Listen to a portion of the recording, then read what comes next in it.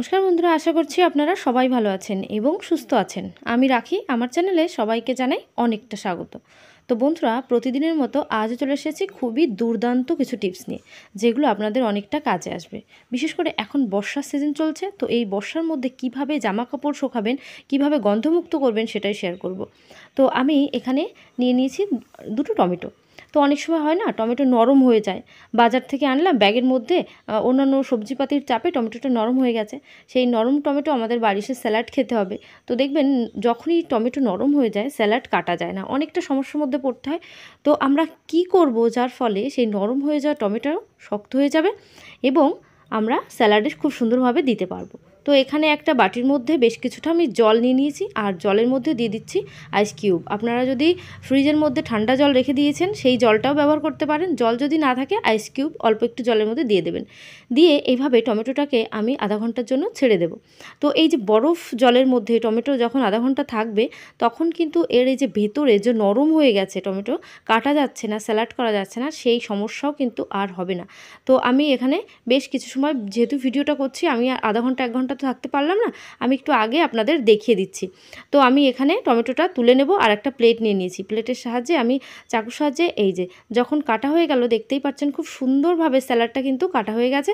Tomato নরম থাকলে যে স্যালাডটা কাটা যাচ্ছিল না, সেই ধরনের কোনো সমস্যার মধ্যেই আর আমাদের পড়তে হবে না। তো বন্ধুরা, আশা করছি আমার এই টিপসটা আপনাদের অনেকটা কাজে আসবে, অনেকটা ভালো লেগেছে। চলে যাব পরবর্তী টিপসে। বন্ধুরা, এখানে নিয়ে নিয়েছি, দেখতে পাচ্ছেন জামা কাপড়ের যে ব্যাগ। আমরা যখন শপিং করি, জুতো কিনছি, কাপড় কিনছি, জামা কিনছি, এরকম ব্যাগ আমাদের বাজার থেকে বাড়িতে আসে। কাপড়ের হওয়ার জন্য ব্যাগগুলো তো ফেলে দিই না, আমরা গুছিয়ে গুছিয়ে এরকম ভাঁজ করে একটা জায়গায় রেখে দিই। দেখবেন সেই রাখতে রাখতে সেই জায়গাটা অনেকটা ব্যাগ আমাদের গোছানো হয়ে যায়। সে অনেকটা ব্যাগ এইভাবে যদি ভাঁজ করে রাখি, সে অনেকটা জায়গাও নষ্ট হয়। তো আমরা কি এমন করব যার ফলে অনেকটা ব্যাগ একটা জায়গার মধ্যে, অল্প জায়গার মধ্যে আমরা গুছিয়ে রাখতে পারবো। তো এখানে আমি দেখিয়ে দিচ্ছি, ব্যাগটাকে এভাবে লম্বা করে নিয়ে এই সাইড থেকে একটা অংশ ভাঁজ করব। ঠিক আমাদের যেখানে হাতলটা আছে, হাতলের ওই জায়গা বরাবর আমি যেখানে ভিডিওটা করছি নিচের অংশটা একটু ভাঁজ করে নিলাম, আর এই সাইড থেকে এইভাবে একদম যেখানে হাতলটা আছে ওর গোড়া পর্যন্ত ভাঁজ করে নিয়েছি। অপর সাইডেরটাও সেই একইভাবে ভাঁজ করতে হবে, এইভাবে ভাঁজ করে নেবেন। বন্ধুরা, এইভাবে ভাঁজ করে নেওয়ার পর এটা কিন্তু খুব সুন্দরভাবে গোছানো যাবে। এইবার নিচের জায়গা থেকে ভাঁজ করে উপরের দিকে আমি তুলে দিচ্ছি। তো বন্ধুরা, এবার কি করব, ওই যে হাতলটা আছে সেই হাতলের এই যে দুই পাশ থেকে দুটো নিয়ে এইভাবে ভেতরে একটা টেনে দেব। তাহলেই কিন্তু খুব সুন্দরভাবে ব্যাগগুলো আমরা রাখতে পারছি। তো আরও একটা ব্যাগ আমি দেখিয়ে দিচ্ছি, নিচের দিকটা একটু ভাঁজ করে নেবেন ভেতরে। এবার সাইড থেকে একটা ভাঁজ দেবেন, আর অপর সাইড থেকে আরও একটা ভাঁজ দেবেন। ভাঁজ দেওয়ার পর নিচে থেকে একদম গোল করে উপরের দিকে চলে আসতে হবে। তো বন্ধুরা, খুব সহজ একটা টিপস। আপনারা বাড়িতে যদি এই ধরনের ব্যাগ গুছিয়ে গুছিয়ে রাখছেন, সেক্ষেত্রে এইভাবে ছোট্ট ব্যাগ মতন করে রাখবেন, তাহলে আপনাদের অল্প জায়গার মধ্যেই অনেকটা ব্যাগ রাখতে পারবেন। আশা করছি এই টিপসটাও অনেকটা কাজে আসবে। চলে এসেছি পরবর্তী টিপসে। বন্ধুরা, দেখবেন এখন বর্ষা চলছে, সব সময় বর্ষা হচ্ছে। তো এই বর্ষার মধ্যে একটা সবথেকে বড় সমস্যা জামা কাপড় শোকানোর। জামা কাপড় শোকাতে শোকাতে 2 থেকে 3 দিন আমাদের লেগে যাচ্ছে। যখন 2-3 দিন ধরে একটা জামা কাপড় শোকাচ্ছে, তার মধ্যে একটা কেমন ভিজে ভিজে স্যাঁতস্যাঁতে গন্ধ আসে। জামা কাপড়গুলো শুকিয়ে গেল, দেখবেন একটু ভেজা ভেজা, মানে ঠান্ডা ঠান্ডা থাকে। সেই জামা কাপড়গুলো আমরা ভাঁজ করে যদি আলমারির মধ্যেও তুলে রাখি, তাহলে দেখবেন আমাদের আলমারির মধ্যে থেকেও সেই জামা কাপড়গুলোর মধ্যেই একটা ভিজে স্যাঁতস্যাঁতে গন্ধ আসছে। যখনই আলমারিটা খুলছি তখনও সেই গন্ধটা আসছে। তো আপনারা একটা কাজ করবেন, দেখছেন বর্ষার দিনে জামা কাপড় শোকাতে একটু প্রবলেম হচ্ছে, তখন আপনারা এরকম শুকিয়ে গেল 2-3 দিন ধরে, শুকানোর পর আপনারা কি করবেন সেটাই দেখাবো। আর এখানে কিন্তু দুর্দান্ত এই দুটো টিপস আমি দেখাচ্ছি বর্ষার দিনের জন্য। আপনারা একটু ভালো করে দেখবেন এবং বাড়িতে অ্যাপ্লাই করবেন, তাহলে আপনাদের অনেকটা উপকার হবে। তো আমি এখানে নিয়ে নিয়েছি দারচিনি। তো এই যে দারচিনিগুলো, এর কিন্তু খুব সুন্দর একটা মিষ্টি গন্ধ আছে। তো যখনই দেখবেন জামা কাপড় এইভাবে শুকিয়ে নিয়েছেন, কিন্তু বাজে একটা গন্ধ আসছে, কেমন ভেজা ভেজা স্যাঁতস্যাঁতে গন্ধ, তখন এই গরম মশলাগুলো একটা প্লাস্টিকের মধ্যে করে এটা ভাঁজ দেবেন। ভাঁজ দিয়ে অথবা একটা রাবার ব্যান্ড দিয়ে আটকে দেবেন। আটকে দিয়ে এই যে গরম মশলার যে পুটলিটা, সেই গরম মশলার পুটলিটাকে জামাকাপড় যেখানেই ভাঁজ করে রাখছেন সেই জায়গায় জামাকাপড়ের ভেতরে রেখে দেবেন। তাহলে যখনই এই জামাকাপড় আপনারা বের করবেন আলমারি থেকে, দেখবেন সেই জামাকাপড়ের মধ্যে খুব সুন্দর একটা মিষ্টি গন্ধ আসছে, আর আলমারি খুললেও বারবার যে একটা বাজে গন্ধ আসছিল, সেই গন্ধটা আর আসবে না। বন্ধুরা, এইভাবে জামাকাপড়গুলো শুকিয়ে নেবেন, শুকিয়ে একটু গরম মশলা রেখে দেবেন, দারচিনিটা রেখে দেবেন, তাহলেই আমাদের সমস্ত সমস্যার সমাধান হয়ে যাবে।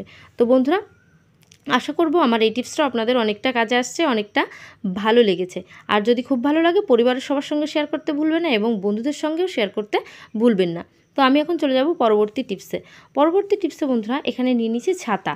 তো আমরা দেখবেন বাড়িতে অনেক সময় কি হয়, ছাতা আনলাম, ভেঙে যায়, শিকগুলো ভেঙে যায়। তো সেই ভাঙা ছাতাগুলো যতদিন না ঠিক করি, আমরা তো এমনি একটা জায়গায় ফেলে রেখে দিই, আবার অনেক সময় ঠিক করাও হয় না, সেই পড়ে থাকতে থাকতে ছাতাটা নষ্ট হয়ে যায়। তো এই ভাঙা ছাতাগুলো দিয়েও আমরা কিন্তু দারুণ একটা উপায় বের করব এই বর্ষার দিনে। বর্ষার দিনে যেহেতু বাড়িতে যদি ছোট বাচ্চা থাকে তখন কিন্তু ভীষণ সমস্যা হয়, কারণ ছোট বাচ্চাদের জামাকাপড় সবসময় ওরা নোংরা করছে, পটি করছে, হিস করছে, সেগুলো আমাদের ধুয়ে দিতে হয়। তো বন্ধুরা আমরা কীভাবে সেই বাচ্চাদের জামাকাপড়গুলো শুকিয়ে নিতে পারি, এইভাবে জামাকাপড় ঘরের ভেতরে তার মধ্যে দিয়ে আমাদের মেলে দিতে হচ্ছে, সেটা দেখতেও খারাপ লাগছে আর এটা কিন্তু খুব ভালো শোকাচ্ছেও না।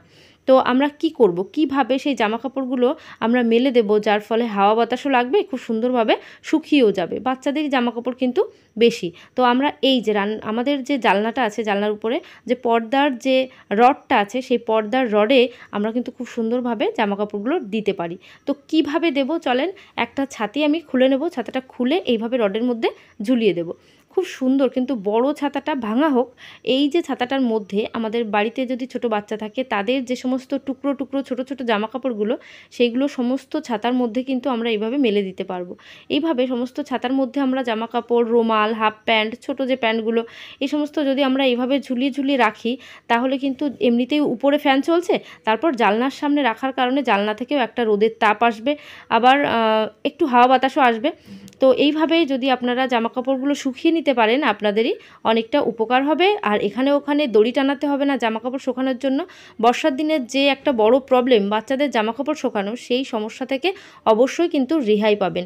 আমরা ফ্যান চালিয়ে আমরা ঘুমিয়ে আছি, দুপুরে ঘুমিয়ে আছি, রাত্রে এইভাবে জানলার পাশে ছাতাটা মেলে রাখতেই পারি। আশা করছি বন্ধুরা এই টিপসটা অনেকটা কাজে আসবে। চলে এসেছি পরবর্তী টিপসে।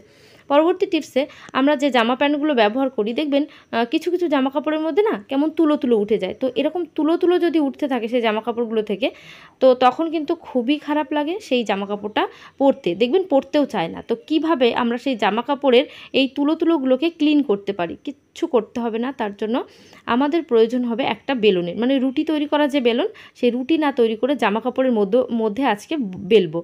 তো কীভাবে, এখানে বেলুনটাকে নিয়ে নিয়েছি, নিয়ে আমাদের প্রয়োজন হবে একটা এরকম বড় সেলোটেপের। তো সেলোটেপটা আমি এখন মুখটা খুলে নিয়েছি, খুলে আঠাটা যে পাশে, সেই পাশটা কিন্তু উপরে রাখতে হবে। দেখেন আমি ধরে রেখেছি, এই যে আঠার পাশটা, সেটা কিন্তু এইভাবে উপরের দিকেই রাখবো, মানে এই যে বেলুনের গায়ে, সমস্ত বেলুনের গায়ে কিন্তু আঠাটাকেই ঘোরাতে হবে। এইভাবে আমরা যদি একটু ঘুরিয়ে নিতে পারি, তাহলে এই বেলুনটার সাহায্যেই আমাদের যে কোনো জামা কাপড়ের মধ্যে যে সমস্ত তুলোগুলো উঠে আছে, সেই তুলোগুলো কিন্তু আমরা খুব সহজে তুলে নিতে পারবো। আমি এখানে সরু যে সেলোটেপগুলো আছে সেইগুলো নিলে হতো, কিন্তু অনেকটা পরিমাণ সেলোটেপ নষ্ট হবে সেটাই। আর এই বড়টা কয়েকবার প্যাচ দিলেই কিন্তু আমাদের কাজ হয়ে যাবে। তো এখানে দেখতেই পাচ্ছেন আমি সেলোটেপটা সমস্ত বেলুনের গায়ে এইভাবে ঘুরিয়ে নিচ্ছি। ঘুরিয়ে নেওয়ার পর এই যে বেলুনটা, এটা কিন্তু দারুণ আইডিয়া, আপনারা বাড়িতে ট্রাই করবেন, দেখবেন অবশ্যই ফল পাবেন। যাদের জামাকাপড়ে বেশি পরিমাণে এই তুলো উঠে গেছে, তাদেরও জামাকাপড় কিন্তু এই আঠার মধ্যে উঠে আসবে। এবার কি করব, যে জামাকাপড়ের মধ্যে এই সমস্যাটা হয়েছে সেই জামাকাপড়ের ভেতরে আমরা এই বেলুনটাকে কয়েকবার চালিয়ে নেব। এইভাবে ঠিক রুটি যেমন তৈরি করি, এই একইভাবে জামাকাপড়ের মধ্যে বেলুনটাকে ঘোরাতে হবে। তাহলে এই যে আঠাটা আছে বেলুনের গায়ে, সেই আঠার মাধ্যমেই ওই যে তুলোগুলো উঠে আছে, সেই তুলোগুলো কিন্তু খুব সুন্দরভাবে উঠে আসবে। তো বন্ধুরা আশা করছি এইভাবে আপনারাও যদি কাজটা করতে পারেন, আপনাদেরও এই যে একটা ঝামেলার কাজ, যে জামাকাপড় পরতে চাইছে না, সেই সমস্ত জামাকাপড়গুলোও যখন পরিষ্কার দেখবে সবাই কিন্তু সেই জামাকাপড়গুলো পরে নেবে। দেখুন শীতের দিনে এই সমস্যাটা বেশি হয়, সোয়েটারে, হুডিতে এই তুলোগুলো উঠতে থাকে, কিন্তু গরমের দিনে এই সমস্ত হাফ প্যান্ট, টি শার্ট আছে তার মধ্যেও কিন্তু এই তুলো উঠতে থাকে। তো একটু লক্ষ্য রাখবেন, যখনই দেখবেন এই জামাকাপড়ের মধ্যে তুলোটা এসে যাচ্ছে, তখন এরকম বেলুনের গায়ে অথবা কোনো জলের বোতলের গায়ে একটু সেলোটেপ আটকে নেবেন, আটকে এভাবে কয়েকবার ঘুরিয়ে নেবেন, তাহলেই সমস্ত সমস্যার সমাধান হয়ে যাবে। তো বন্ধুরা আজকের ভিডিও আমি এখানে শেষ করছি। সবাই ভালো থাকবেন, সুস্থ থাকবেন, আবার নেক্সট ভিডিও দেখা হবে। তো বাই, টাটা।